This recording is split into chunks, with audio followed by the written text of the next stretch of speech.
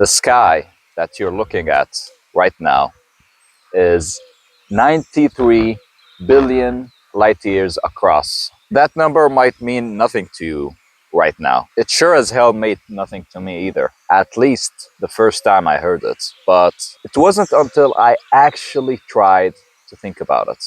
Not calculated, but just sit down and think about it. 93 billion light years. And what is a light year, you might ask?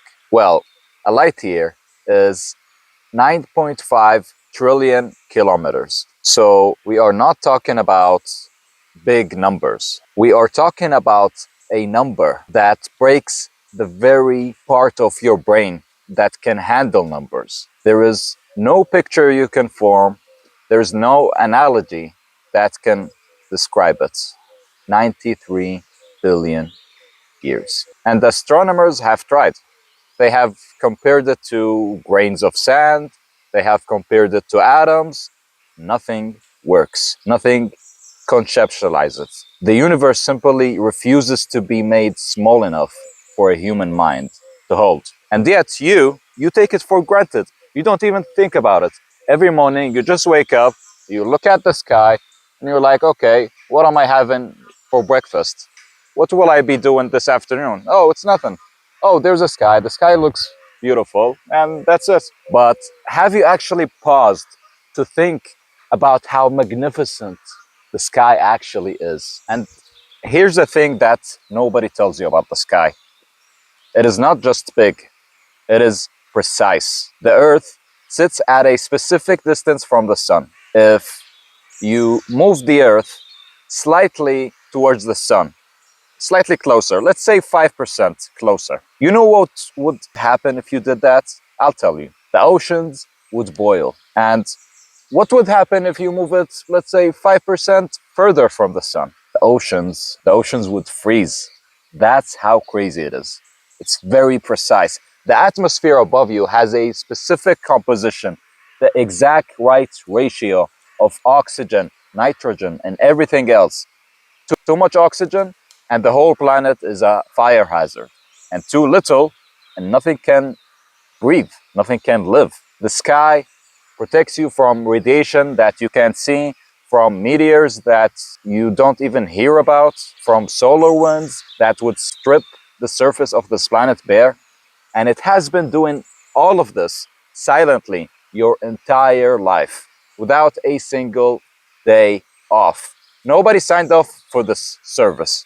Nobody's paying for it. There's no subscription for the sky. And yet, we have this gift. Now, here's where it gets interesting. Allah in the Qur'an, He does not describe the sky as a backdrop. He actually describes it as a roof, a protective ceiling. And then He says, almost as an aside, like He's noting something very obvious. He says, yet most people turn away from His signs. Notice that. He does not say they fail to understand. He does not say that they cannot see. He says they turn away. Present tense and an active choice that they made. And then He does something that I have thought about a lot. He says in Surah Al-Mulk, look again. Do you see any flaw? Meaning in creation. And then He says, look again. And He repeats it. He says, then look again. And the answer that comes back to this question, every single time, across every instrument we have ever built, across every single angle science has ever looked from, the answer is no. Not one crack, not one flaw, not one miscalculation, not 1 degree off in this creation. Everything is perfect. And the scholar said that is not an astronomical fact. That is the name of Allah being demonstrated in real time. And that name is Al-Muhaymin, the flawless guardian, the one over whom error has no access. He cannot make an error. Do you understand that? You have been living under His name your whole life. You just did not know what you were looking at when you look at the sky. Now, I want to do something interesting. I want to take the sky today and bring it closer to you. Listen, you have looked at the sky maybe thousands of times, thousands. As a child from a car window waiting for someone who was late, or that one night when something was heavy and just stood outside for a while and just looked at the sky. You know the sky. You have known the sky forever. And in a sort, you have built a relationship with it that you never formally agreed to.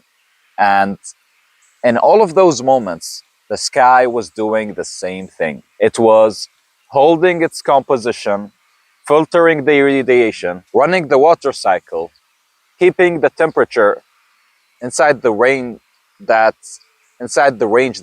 keeps you alive. It did all of those things. It did not take a break because you were distracted. It did not slow down because you forgot about it. It just did what it was meant to do. And that is not a small thing, if I should even say that. We humans tend to reserve our deepest gratitude for people who show up for us when we need them. We remember those people for life. We talk about them. We say, he was there when nobody else was. Well, let me tell you something. The sky has been there every single second of your existence. You have never thanked the sky, not even once. And the sky isn't even the one that you should be thanking. It's the one who created the sky for you. The Quran has a word for what I just described. And the word is ghafla. It means heedlessness. Not ignorance, not lack of knowledge, but heedlessness. And the difference between the two matters. Ignorance means that you did not have access to the information. So you're ignorant, you didn't know. But heedlessness means the information was right there in front of you, above you, surrounding you. And you have just walked past it without observing it, without accepting it.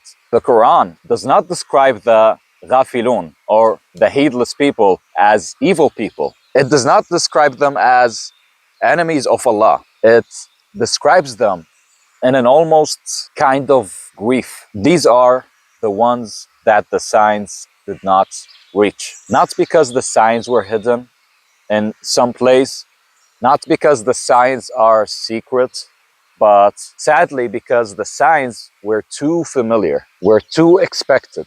And that's the trap. For example, we're talking about the sky. The sky is there every single day. So you stop seeing it as a miracle and you start seeing it as wallpaper. You just take it for granted. And the moment something becomes wallpaper, becomes background, it stops having meaning for you. It's still sending you the same message. Look what your God has created.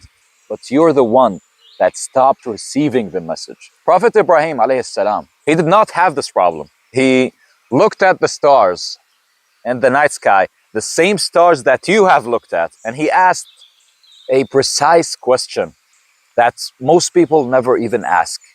He said, who put those up there? Not as poetry, but as a genuine, burning question. That question, that single act of not walking past, it led him to the conclusion that changed the history of monotheism. The sky was the same sky, but he got different answers because he was asking different questions. And there was a moment that the Prophet ﷺ, he would wake up in the middle of the night, not for tahajjud prayer yet, but he just wakes up, and before anything else, he would just go outside and just look up at the sky. This is actually one of the hidden sunnahs of the Prophet.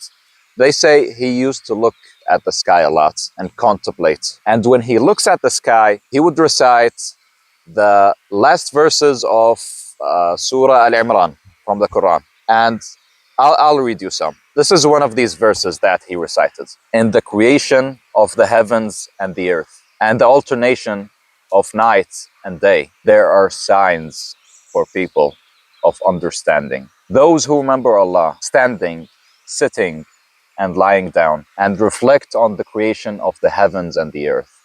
Our Lord, you did not create this in vain. He said this looking at what you're looking at. What said this looking at the same sky I'm looking at right now, the same sky you look at. And notice that the verse does not end with a scientific conclusion. It does not end with a philosophical argument. It ends with a person standing under the sky, overwhelmed, and saying, "You did not make this for nothing. It was not purposeless. The creation is not purposeless. And therefore, if the sky and if these things in creation have a purpose, then it must mean that I am not here for nothing, that I have a purpose as well. And you have a purpose as well." That's actually what the sky is trying to tell you. Not a lesson, not a lecture, just that one thing. That you too, the human being, you were sent here for a reason, for a purpose. And you were intentionally placed inside something. And that above you, in every direction, for as far as any instrument has ever reached, there's not one wasted detail, not one thing that does not point back to the same place. You just have to look up, like actually look, and the rest just arrives on its own. Now, here's something that should bother you more than it does right now. We have sent telescopes into space, specifically to look at the sky more clearly. We have sent the Hubble, the James Webb, billions and billions of dollars, thousands of the most intelligent people alive, dedicating their entire careers to one question: what is up there? What is out there? And every single time we look further, we find more galaxies, more structure, more precision. Every new image from James Webb, the scientists saying with their own mouths that what they found was not what they expected. They say that the universe is older, more organized, more arranged than their models predicted. They keep looking for the edge of the order, the edge of the universe, and they have not found it. And at some point, that search stops being a scientific observation or endeavor, and it starts being something very different, something else. At some point, when they say more organized than expected, and they and they say it enough times, this becomes a statement about the one doing the organizing. If it's that organized across the scope of the universe of billions of light years, not billions, sorry, trillions of light years, then what about the organizer? Forget about the organization or the organized and think about the organizer, the one that has made all of this. The scientists are not exactly saying that, they're not giving you dawah, but the data that they have gathered is actually saying that. And Ibn Abbas said, the first heaven, the one that you can see, is just the nearest lamp. 6 more above it, you have never, ever, and never even gonna see. If what you can see does it to you and puts you in awe and amazement, what could the unseen do to you? Now, after all the appam that I just did, I actually want you to do something. Not right now at this very moment, obviously, but sometime, maybe tonight, maybe tomorrow morning, before the phone, before the noise, before the work, before the school, or whatever you have on your schedule, I want you to just go outside or open a window and just look at it for 2 minutes. Look at the sky. Don't try to think about anything specific. Just look. Just actually see. Because here's the most honest reality. Most of us have never actually looked at the sky. Can you believe it? Like, we have glanced at it maybe. We have seen it with our peripheral vision, but have you actually stopped and just be still and just take in the size of it? Like, make it actually arrive, make it actually sink in. Most people, have not done that. I know this is a crazy statement. I know billions of people live around the world, but most people did not even take a moment to look at the sky, not even for a single moment. And when you do what I'm telling you right now, something happens that I cannot fully explain to you. And I'm not even gonna try to explain it to you. I'm just gonna let it happen. Because the people who have done it, they do not need the explanation. And the people who have not done it, they wouldn't even believe the explanation anyways. So what will I say is this. The Prophet did not make it sunnah to look at the sky for no reason. The Prophet was not a man who did things for no reason. Everything he did in his entire life was intentional. And there was something he found out there in the dark, just looking up at the night sky. Whatever it is, whatever he found, it's still there. The sky hasn't moved an inch. Allah has a name, Al-Samad. It usually gets translated as the self-sufficient, the eternal, but the Arabic carries something those translations do not fully grasp or fully reach or fully do it justice.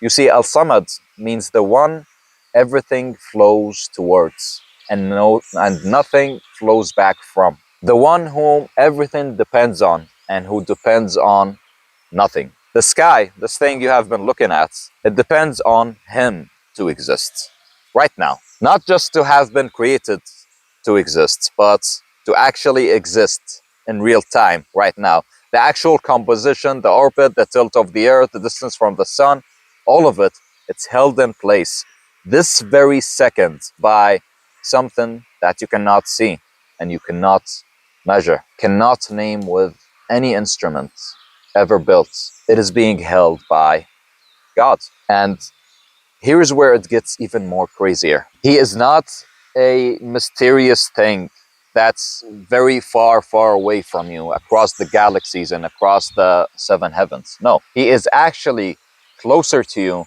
than that. The Qur'an says we are closer to him than his jugular vein. Do you know where your jugular vein is? Right here. He is closer than that. And the thing that is holding 93 billion years, and at least that's the perceivable thing that we have perceived so far. The thing that's holding the entire universe together, this magnificent universe, the thing that's holding it together is closer to you than your own heartbeat. I do not know what to do with that information. I have been sitting with it for a while, and it's too magnificent to me to even begin attempting to grasp what I'm telling you right now. To be honest, I'm not sure if you're supposed to fully process it. I think it's too big. I think you're just supposed to remember to not forget it. So don't forget it. Don't forget how God is close to you. He's closer to you than your own jugular vein. There is a dua that the Prophet ﷺ made whenever he looked up at the sky. He said, Allahumma lakal hamd, anta nuru samawati wal ard. Oh Allah, all praise is yours. Indeed, you are the light of the heavens and the earth. He called Allah the light of the heavens. Not the creator of light, but light itself. And the thing that makes the sky visible. The thing that makes vision possible. The things that turns darkness into color every morning. He called that Allah. Allah is the light. And Ibn al-Qayyim spent pages on this, and he said the light here refers to is not the light that you can see with your eyes alone, but it is the light by which things are understood, the light of guidance, the light that arrives in a person's chest when they can feel something finally. That light is what this whole video has been about. You have been looking at the sky your whole life, and the signs were there, and they were always there, but there is a difference between looking, and there's a difference between looking and seeing. Between the eye receiving the information, and between the heart receiving the meaning. The Prophet ﷺ said, he asked Allah for that light every single day, every single night. And he said, Allahumma lakal hamd. Maybe start there. Tonight, outside, just looking up. Nothing complicated. Just praise be to you, oh Allah. Now, I want to talk to someone specific. Not the one who has everything figured out, but the other one. The one who is still watching this video. The one who maybe has not prayed in a while. Or maybe the one who has not felt anything in a while, who felt numb in life. Or the one who came across this video by accident and is not entirely sure why he's still here watching. I'm not gonna tell you to come back to Allah, although this is what I've been doing this whole time. That's the purpose of the video. But you might have heard that before, and you might have heard that from people who are other than me, other sheikhs, other da'iyah, giving you advice. They're like, come back to Allah, start noticing Allah, stop worshipping Allah. They have said that. You have heard it, and maybe it has not landed yet. Otherwise, you wouldn't be still, drifting or confused or anything. And I hope you're not. So instead of saying that, let me just say this. You still look at the sky sometimes, maybe not intentionally. Maybe it catches you on the way to the bus, on the way to the car. Maybe it was a particular sunset that made you stop for even half a second before you kept on moving. And maybe it was a clear night with stars shining brilliantly. That moment that made you pause, that stillness, even a half a second of stillness, that moment was not random. The Qur'an says Allah is constantly showing His signs on the horizon, al-falaq, the edges of your vision, your periphery. Not always in this big dramatic moments, sometimes just a color in the sky on a Tuesday evening, and it just stops you for no reason at all. God has not stopped talking to you. He has been always talking to you through His creation. You just have been not sure how to talk back or what to say back. You do not need to have it all figured out to just look up at the sky and see and say, I see it, I notice it, and I do not fully understand it yet, but I do see it. And that's enough to start. That's a good place to start from. Every prophet looked up at the sky. Think about that for a second. Not as a religious statement, but as a historical, factual, human one. Prophet Ibrahim, alayhi salam, he looked at it, and he looked at the sky, and he found Tawheed. He found oneness of Allah. He watched the stars disappear, and he concluded, he said, anything that disappears, anything that goes away, it cannot be my Lord. Prophet Ibrahim at that time, he did not have a teacher. He did not have an angel speaking to him and giving him guidance. All he did have is the sky. That was his first teacher. That was his first classroom. And I argue that the sky is the first classroom of every single prophet. Prophet Musa alayhi salam, he was raised in the palace of Pharaoh.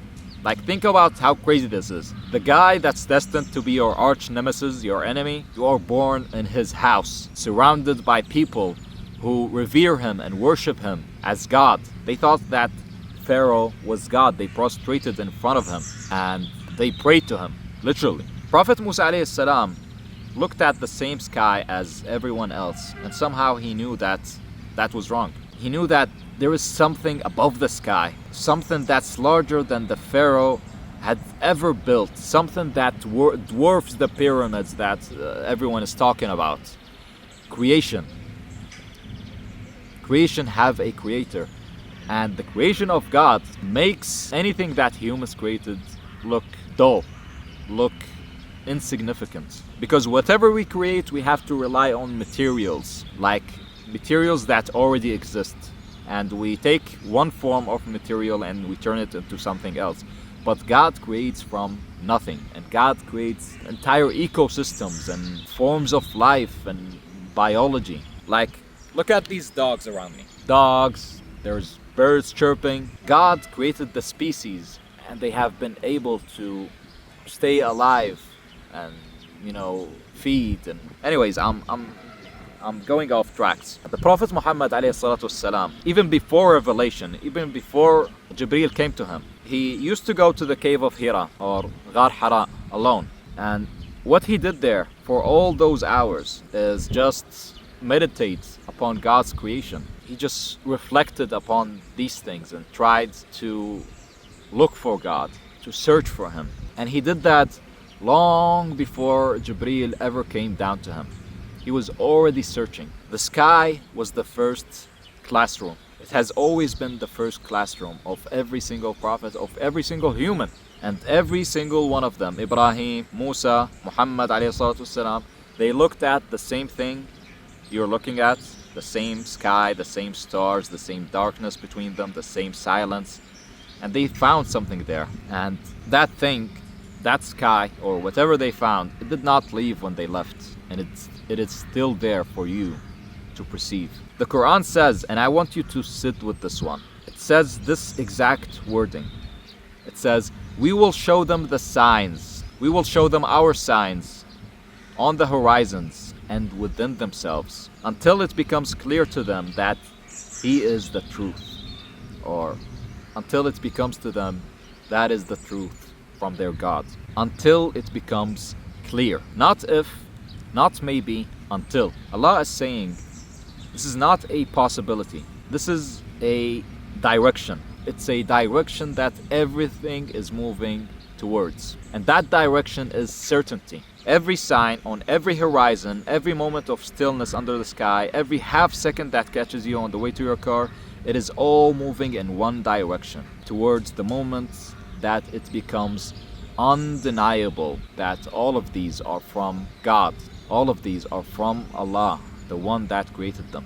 And for some reason, for some people, that moment of clarity, it comes early and they have faith. And for some others, it comes after a lifetime. And for others, and I say this with no judgment, for others, it might arrive way too late for their own good. But the thing we know for sure, that certainty is coming. It is arriving.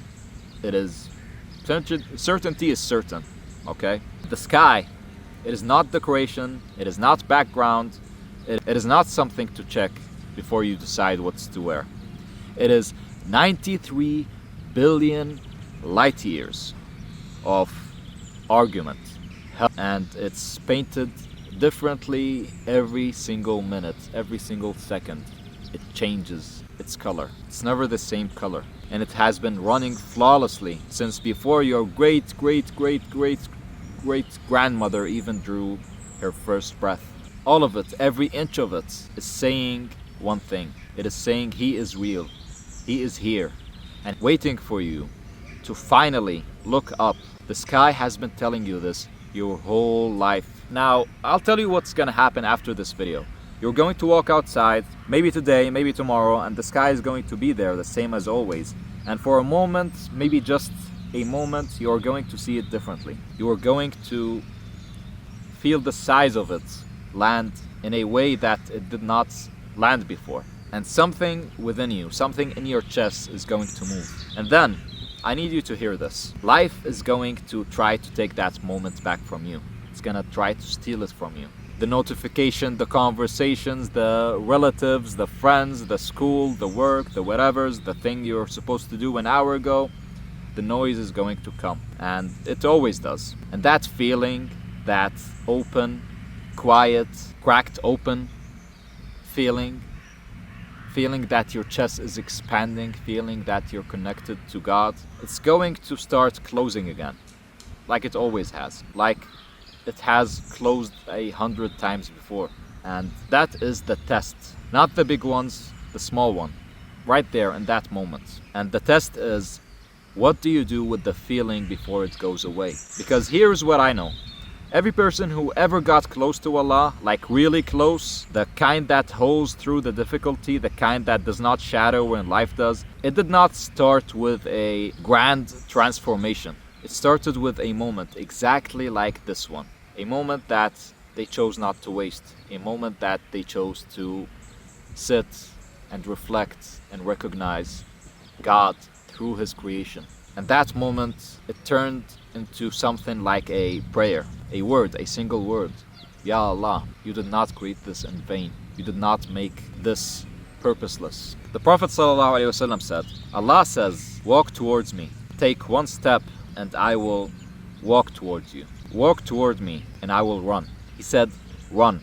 The magnificent creator that created 23 billion light years worth of perceivable universe so far.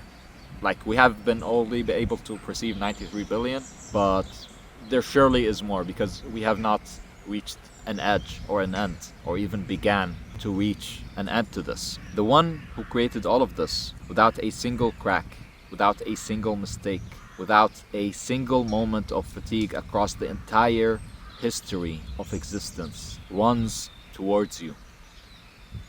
Can you even begin to let that sit with you? God, if you pursue God, God is gonna pursue you as well.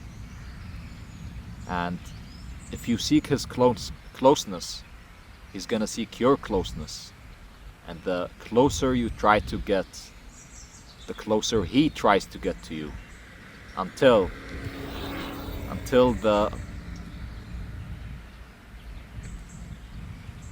the moment that I cannot even describe, when you are united with Him together. I do not know what you're carrying. I do not know what the distance between you and Allah looks like from where you're standing. Maybe it feels like a gap, maybe it feels like a wall, and maybe it has been so long that you're not sure that the door still exists. Well, let me tell you that the door has always existed. It does still exist. The same as the sky has been above you all this time. The door not only exists, the door has been open, waiting for you to walk through. So go ahead, take that first step towards walking through that door. And the only question that matters is, what is stopping you? Go ahead, do it. Allah is waiting for you. The creator of the heavens and the earth is waiting for you. Don't keep Him waiting. That's it. Thank you for watching this video, and may Allah bless you, bless your life, bless your loved ones, and inshallah we are all united in Jannah. Take care of yourself, my friend, and goodbye. And don't forget to look up there, because all of these around me are signs of God. None of this is in vain. All of it is perfect. All of it is His creation, and you are His creation, and you have a purpose as well. That's it. Bye bye. Assalamu alaikum.